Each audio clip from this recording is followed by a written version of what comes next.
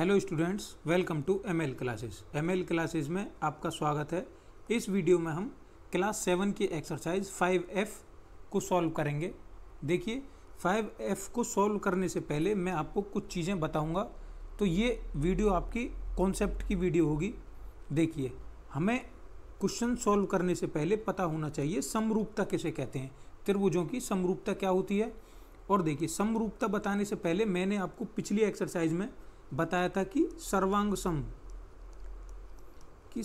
सम त्रिभुज किसे कहते हैं। सर्वांग सम त्रिभुज के बारे में मैंने बताया था।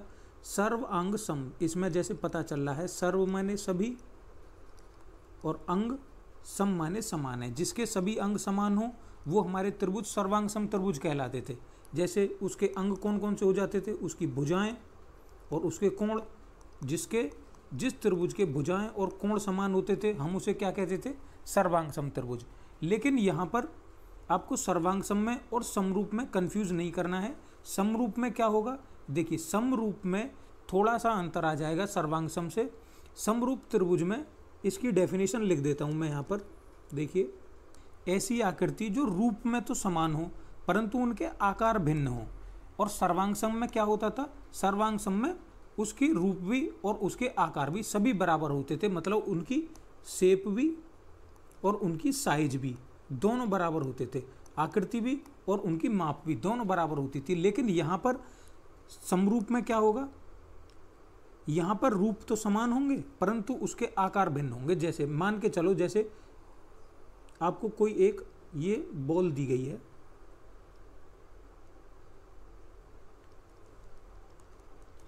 और इसी प्रकार की एक दूसरी बॉल दी गई है।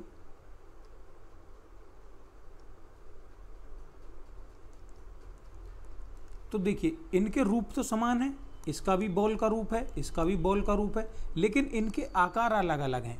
तो हम क्या कहेंगे, इन्हें हम कहेंगे एक समरूप आकृति कहेंगे इसे हम। क्यों?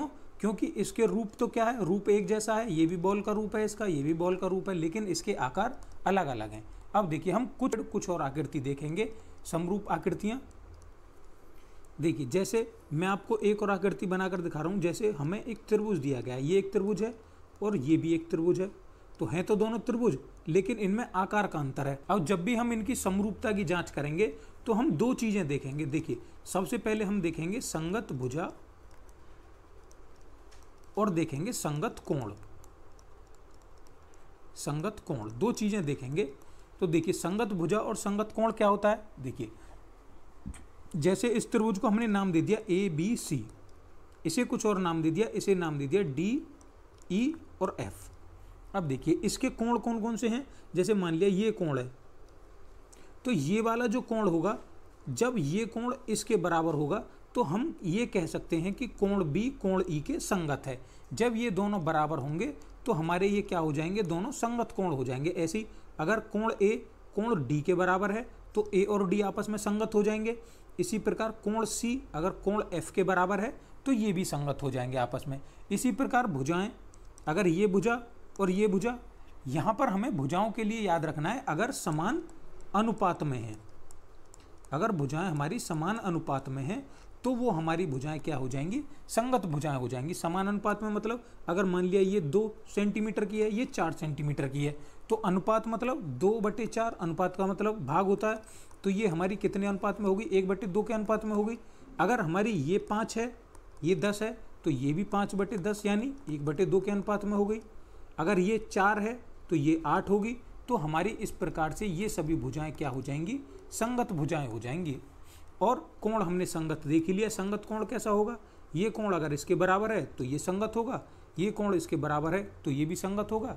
अगर सभी भुजाएं और सभी कोण संगत हो जाते हैं तो हमारी वो आकृति कैसी हो जाती है, वो हमारी आकृति समरूप हो जाती है। अब देखिए, इससे रिलेटेड कुछ और आकृतियां देखते हैं। देखिए बच्चों, यहाँ पर मैंने आपको दो आकृतियां दी गई हैं, आकृति फर्स्ट और ये सेकंड। अब देखिए, हम देखते हैं यहाँ पर हमें दो त्रिभुज दिए गए हैं, ABC और DEF। दो त्रिभुज दिए गए हैं, इनके कोण भी दिए गए हैं। देखिए, कोण A 60 दिया गया है और कोण D भी 60 दिया गया है। कोण B 40 है, कोण E 40 है, कोण C 40 है और कोण F भी 40 है। तो हम यहाँ पर क्या देख रहे हैं कि सभी संगत कोण कैसे हैं, बराबर हैं यहाँ पर। अब देखिए, अब हम देखेंगे भुजाएं। यहाँ पर भुजा AB और भुजा DE को देखेंगे। जब भी हम भुजाओं को संगत रूप में लिखेंगे तो हम इस प्रकार लिखेंगे, ये भुजा AB और इस भुजा के नीचे ये वाली भुजा लिखेंगे AB/DE। हम इस प्रकार इनके समरूपता की जांच करेंगे। और बराबर में ये भुजा कितनी है, BC बटे इस BC के नीचे कौन सी आएगी, ये आएगी EF बराबर। अब यहाँ पर कौन सी भुजा बची, ये भुजा बची AC और AC के नीचे क्या आ जाएगी, DF। हम देख रहे हैं कि हमारे यहाँ पर ये 3 है, ये 6 है, ये 2 है, ये 4 है, ये 5 सेंटीमीटर है और ये 10 सेंटीमीटर है। इसका मतलब सभी बराबर बराबर अनुपात में हैं। तो इस प्रकार हम यहाँ पर कह सकते हैं कि यहाँ पर सभी संगत कोण और सभी संगत भुजाएं बराबर हैं। तो हमारी ये आकृति कैसी हो जाएगी, समरूप आकृति हो जाएगी। इसी प्रकार हम दूसरी आकृति देखेंगे। दूसरी आकृति में हमें 2 वर्ग दिए गए हैं। यहाँ पर हमें 2 वर्ग दिए गए हैं, ABCD और EFGH। अब हम यहाँ पर देखेंगे कि इनके कोण, देखिए आपको पता है कि वर्ग में जो हमारे चारों कोण होते हैं वो 90-90 डिग्री के होते हैं। अब देखिए कोण A ये भी हमारा 90 डिग्री है, कोण E भी 90 डिग्री है, तो दोनों संगत कोण आपस में बराबर हैं। यहाँ पर कोण B 90 है, कोण F भी 90 है, तो ये दोनों संगत कोण भी बराबर हो गए। अब कोण D भी 90 है, कोण H भी 90 है, तो ये दोनों संगत कोण भी बराबर हो गए। कोण C भी 90 है और कोण G भी 90 है। तो हमारे सभी संगत कोण कैसे हैं, सभी संगत कोण बराबर हैं। अब देखिए संगत भुजाओं को देखेंगे, क्या संगत भुजाएं समान अनुपात में है या नहीं है। देखिए संगत भुजाएं समान अनुपात में, देखिए किस प्रकार देखेंगे। यहां पर एक भुजा AB दी गई है। अब यहां पर AB के संगत भुजा कौन सी है, देखिए बच्चों यहाँ पर AB ये संगत भुजा, AB एक भुजा है और AB के संगत कौन सी भुजा है, ये EF। तो AB कितनी है, 4 सेंटीमीटर। यहाँ पर लिखेंगे AB के संगत भुजा कौन सी है, EF। अब देखिए AB का मान कितना दिया गया हमें, 4 बटे EF का मान कितना दिया गया है, 8। और इसे हम क्या लिख सकते हैं, 1/2। अब देखिए दूसरी संगत भुजा देखते हैं। दूसरी संगत भुजा कितनी है, BC और EF। BC के संगत कौन सी है, FG। तो यहाँ पर लिखेंगे BC/FG और BC का मान कितना है, 4 और FG का मान कितना है, 8। क्योंकि हमें पता है वर्ग की सभी भुजाएं आपस में बराबर होती हैं। तो यहाँ पर ये भी कितनी हो जाएगी, 1/2। अब देखेंगे अगली भुजा कितनी है, यहाँ पर CD और CD के संगत कौन सी होगी, GH। तो बटे GH करेंगे, बराबर कितनी हो जाएगी, 4/8, मतलब 1/2। इसी प्रकार हम अगली भुजा देखेंगे कौन सी है, DA और इसके DA के संगत कौन सी है, HE। इसका मान देखेंगे 4/8, ये भी कितनी आ गई, 1/2। तो हम क्या देख पा रहे हैं, सभी संगत भुजाएं समान अनुपात में हैं। इस प्रकार हम कह सकते हैं कि हमारी ये जो आकृतियां हैं, दोनों आकृतियां कैसी हो जाएंगी, समरूप आकृति हो जाएंगी। तो उम्मीद करता हूं कि समरूप आकृतियां अब आपके समझ में आ गई होंगी। किस प्रकार निकालते हैं, हमें संगत भुजाएं देखनी होती हैं और संगत कोण देखने होते हैं। यदि हमारी संगत भुजाएं और संगत कोण बराबर हैं तो हमारी वह आकृति समरूप आकृति कहलाएगी। अब देखिए इसमें हमारा एक और टॉपिक है बच्चों, नेक्स्ट क्या दिया गया है, हमें समरूप बहुभुज दिया गया है। देखिए समरूप बहुभुज, बहुभुज किसे कहते हैं, बहुभुज आप कह सकते हैं किसी भी आकृति की जब 2 से अधिक भुजाएं हों तो वो हमारा बहुभुज कहलाता है। देखिए अब यहाँ पर क्या कह रहा है, 2 बहुभुज जिनकी भुजाओं की संख्या समान है समरूप होते हैं। मतलब क्या कह रहा है, जिनकी भुजाओं की संख्या समान है। जैसे हमने यहाँ पर एक वर्ग लिया, इस वर्ग में कितनी भुजाएं, 1 2 3 4। तो इस वर्ग के समरूप अगर कोई बहुभुज होगा तो वो वर्ग ही होगा, ना कि उसके समरूप हम क्या दिखा सकते हैं, त्रिभुज दिखा सकते हैं। क्यों, क्योंकि इसकी 4 भुजाएं हैं और इसकी 3 भुजाएं हैं, तो ये आपस में समरूप नहीं होंगे। अगर हमें समरूपता देखनी है तो त्रिभुज की त्रिभुज के साथ देखेंगे, वर्ग की वर्ग के साथ देखेंगे। क्यों? क्योंकि इनकी आकृतियां आपस में समान होंगी। अब देखिए उनके लिए क्या क्या कंडीशन दी गई है। नंबर 1, उनके संगत कोण बराबर होने चाहिए। संगत कोणों के बारे में मैंने आपको बता दिया। जैसे ये दो आकृतियां दी गई हैं तो इनके संगत कोण मतलब ये वाले और ये वाले और ये वाले तीनों कोण, या आकृति के अनुसार उसके चारों कोण कैसे होने चाहिए, बराबर होने चाहिए। और नंबर दूसरी कंडीशन क्या है, उसकी संगत भुजाएं समान अनुपात में हों।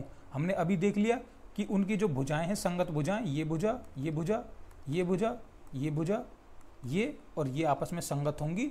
तो ये आपस में कैसी होनी चाहिए, समान अनुपात में होनी चाहिए। अगर ये दोनों कंडीशन होंगी तो हमारा क्या कहलाएगा, वो समरूप बहुभुज कहलाएगा। बहुभुज के लिए बस चेंज इतना है कि यहाँ पर ये कहा गया है उनकी भुजाओं की संख्या भी कैसी होनी चाहिए, समान होनी चाहिए। बाकी और कुछ अंतर नहीं है, बिल्कुल पहले की तरह ये प्रॉपर्टी है। बस हमें क्या याद रखना है कि उनकी भुजाओं की संख्या भी समान होनी चाहिए। अगर हमें त्रिभुज की समरूपता जांच करनी है तो त्रिभुज की समरूपता हम त्रिभुज के साथ ही जांचेंगे। ठीक है, ये आपको समझ में आ गया होगा। अब देखिए नेक्स्ट टॉपिक देखते हैं। इसका आपको 2 नोट लिखे हैं, ये आपको याद रखना है। ये आपको सीधा सीधा आपके क्वेश्चन में हेल्प करेगा। देखिए क्या दिया गया है, यदि 2 त्रिभुजों के कोण समान हैं। देखिए कोई 2 त्रिभुज दिए गए हैं, मान लिया ये कोई 2 त्रिभुज हैं। अगर इनके कोण समान हैं, ए बी सी, ये कोई 2 त्रिभुज दिए गए हैं, डी ई और एफ। यदि इनके कोण समान है, मान लिया हमने ये कोण दिया गया है हमें 50, ये 60 दिया गया है, ये हमें 70 दिया गया है। क्या कह रहा है, 2 त्रिभुजों के कोण समान है। कोण समान है तो ये भी 50 होगा, ये भी 60 होगा और ये भी 70 होगा, क्योंकि वो कह रहा है त्रिभुज के कोण समान है। अगर हमें इस तरीके से कोई क्वेश्चन दिया गया है तो उनकी संगत भुजाओं के अनुपात समान होते हैं। हमें कुछ नहीं सोचना यहाँ पर। अगर हमें कोण समान दिए गए हैं तो हमें यह समझ लेना है कि उसकी जो संगत भुजाएं हैं, ये भुजाएं हैं संगत भुजा ए बी के संगत डी ई, बी सी के संगत ई एफ और ए सी के संगत डी एफ। तो हमारी ये भुजाएं भी आपस में क्या होंगी, समान होंगी। इनके भुजाओं के अनुपात भी समान होंगे। देखिए अगर कोण ए कोण डी के बराबर है, कोण बी कोण ई के बराबर है और कोण सी हमारा कोण एफ के बराबर है, तो हम क्या कह सकते हैं यहाँ से कि ए बी बटे कितना होगा, डी ई, और बराबर किसके होगा, बी सी बटे, ये ध्यान रखना है संगत भुजाओं के नीचे ही हम दूसरी संगत भुजा लेंगे।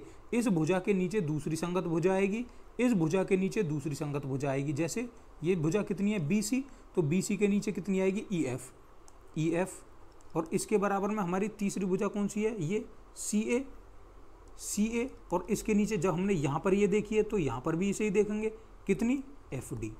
तो ये इनके अनुपात भी हमारे बराबर होंगे। ये हमें याद रखना है कि अगर त्रिभुज के कोण समान है तो उनकी संगत भुजाओं के अनुपात भी समान होंगे। अब देखिए दूसरी प्रॉपर्टी देखते हैं। दूसरी प्रॉपर्टी में क्या कह रहा है, यदि 2 त्रिभुजों की संगत भुजाओं का अनुपात समान है। देखिए यदि हमें ऐसे दिया गया है कि ये समान अनुपात में हमें कोई 2 त्रिभुज दिए गए हैं, A B C D, D E F, ये हमें कोई 2 त्रिभुज दिए गए हैं और हमें दे दिया गया है कि इनकी जो भुजाएं हैं उनका अनुपात समान है, संगत भुजाओं का अनुपात समान है। ये हमें पहले से ही दे दिया गया है कि ए बी बटे ए बी, देखिए दूसरी लाइन ले रहा हूं मैं,